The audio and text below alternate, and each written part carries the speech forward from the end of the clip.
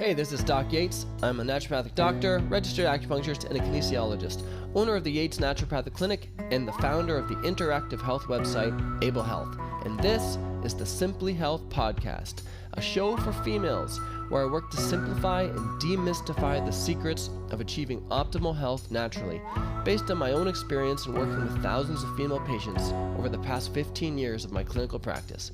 Welcome to Simply Health. Hey, this is Doc Yates, and on today's episode of the Simply Health Podcast, we're going to talk about 7 steps to keep your eyes younger and more beautiful than ever. So 7 steps to younger, more beautiful eyes, and the main thing we're going to be discussing with that is the puffiness and the bags under your eyes, which can give you a really worn out, dragged out, exhausted, older type of look. And the thing is with this, I don't want to feel like we're just going to be stepping onto subjects all the time with regards to vanity, but as you'll see as we go through these 7 steps, it's not just about looks. These things can actually tell you things about imbalances in your body that play a big role with your health. So when you're treating the way you look, you're actually treating your overall health all at the same time. So you can keep going on and putting cucumbers and tea bags on your eyes, but you still need to make sure that you're addressing these 7 steps to get the best results. And in my practice over the last 15 years, I've basically tried many of these things, often each of them on their own, and then until I realized the different combinations that work best. So each one of these things could be the key that's going to unlock the health and help reduce the puffiness and bags under your eyes. But if you use them in combination, that's when you're going to see the best results. So let's get started. Point number 1 to younger looking eyes is your thyroid, getting your thyroid checked. If you get to a stage where your thyroid function is starting to decrease, and that's when you'll be going into what they call hypothyroid, so a lower functioning thyroid. And this is common when you're in perimenopause and menopause to see these types of hormone changes. When your hormones change, it's not uncommon, I've alluded to this on other episodes, that your thyroid function can start to decrease. When this happens, you can start to see a lot of puffiness form underneath and around the eyes. So it's really important that you get your thyroid checked, and as I have mentioned before, don't settle for just getting your TSH checked. That's what doctors typically test for thyroid. Just get the full panel done, the TSH, the free T3, the free T4, and always consider making sure that you're getting a little bit of extra iodine into your diet, which actually takes us into point number 2. We're going to talk about deficiencies. Sometimes you will see puffiness and bags under the eyes with deficiencies. This can be, the big ones you want to think about is iodine, B vitamins is a big one, selenium, zinc. So making sure that you have these in your diet, and it could be as simple as just getting a good multivitamin that has all of this in it, and make sure that you have that included. You know, of course, you want to make sure that you have a clean diet as well, and a nice healthy diet for preventing deficiencies. So if you're living off white bread and refined products, you might not be getting the vitamins and minerals you need, which actually is a great segue into the third point, food sensitivities. So there's food sensitivities and then there's allergies, and we're going to talk about both. So with regards to food sensitivities, these are foods where your body's getting a little bit of an inflammatory reaction to it. It's not an actual allergy, like a full allergy. Say a kid eats a peanut, their throat closes and their face swells up, and it all happens within minutes. Whereas in food sensitivities, it's a different antibody in your body. It's a different type of immune reaction, and it's something that could happen, the day after you eat it, or has a cumulative effect depending on how much you're eating. So these are what we're talking about for food sensitivities. The very common ones for this would be, different, like processed sugar is a big one. This would be like a gluten sensitivity, dairy sensitivities. Sometimes you'll see reactions to nightshades. So these are things that you want to get ruled out, and I'm going to go into a lot more detail into this on some future podcasts, so stay tuned for that. But just realize that if you're dealing with a lot of issues with bags and puffiness under your eyes, identifying problematic foods can play a very, very big role. So a very big role. Which takes us to the next part, number 4, is not just the food sensitivities, but allergies. So environmental allergies.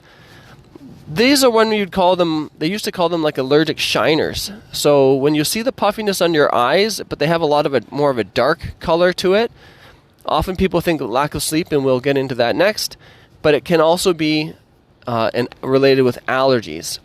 So, if you've got a lot of allergies to dust and mold and cats and dander, and you're constantly putting yourself and exposed to these allergens, you will, without question, have a lot more puffiness under your eyes. So anything you can do if you know that allergies is a problem to reduce your allergic load would be a great idea. So, if you've got a cat, I'm not saying you have to get rid of your cat, but not having your cat in the bedroom, getting carpets out of the house, making sure you're changing the filter on your furnace, maybe adding an air filter to your room, and all of those aspects.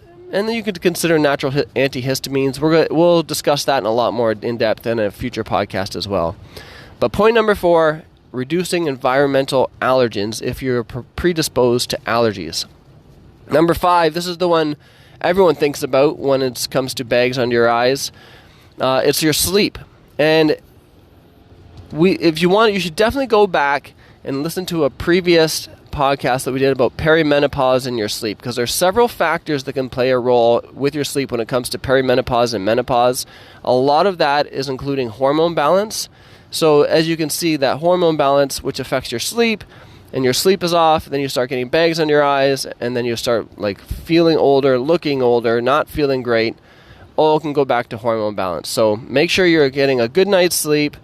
And then listen to some previous podcasts that I've done about sleep already, so I can help you with that as well. Number 6, the one that everybody hates me for saying, but reducing your wine.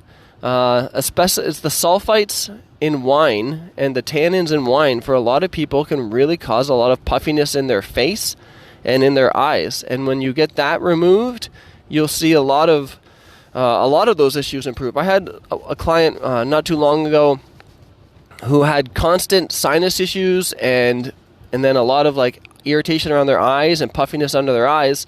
And they had started drinking wine. They never drank wine before, but they started drinking wine consistently because their doctor had told them, drink wine, half a glass of wine every night because it's good for your heart health. And that's kind of been debunked a little bit. That what they did notice was all of these other symptoms did start from drinking their wine. So like I said, sleep disturbances, sinus congestion, puffiness under their eyes. And again, I'm not saying that this is the one thing that's going to be the main cause for you, but it's worth investigating if you're concerned about that. So cut it out for a period of time, and then put it back in and see if you notice a difference. And a period of time doesn't mean a couple days.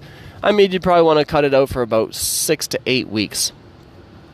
And you can just replace that with a clear alcohol, which doesn't have the same negative type of reaction. So normally, if someone's drinking socially, I would encourage them during that time to use something like vodka or gin instead of wine. And point number 7 for younger, healthier looking eyes is acupuncture.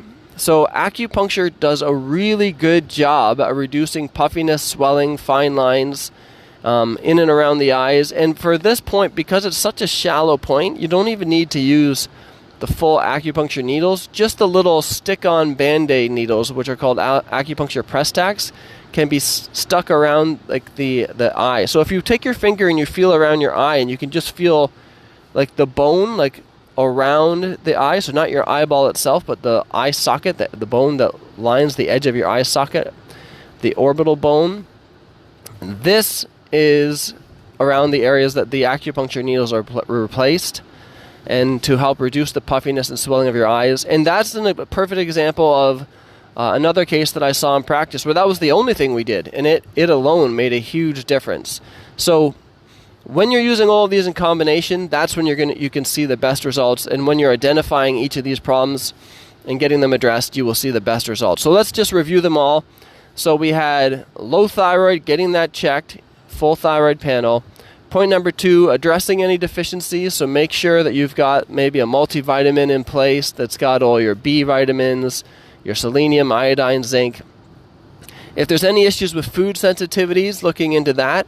Easiest way to do that is probably a short period of time. Well, I'm not going to say the easiest way, but the best way to do that would be maybe a 6-week window of what's called an elimination diet, and I'll discuss that a lot more, so don't worry, just keep tuning in for more episodes. Environmental allergies, try to reduce your allergen load if you're exposed to a lot of allergens, dander, and dust and mold. Make sure you're getting a good night's sleep, reduce your wine, and consider the little acupuncture press tacks to improve the circulation and collagen to your skin around your eyes. So that is the 7 points for today to younger and healthier looking eyes.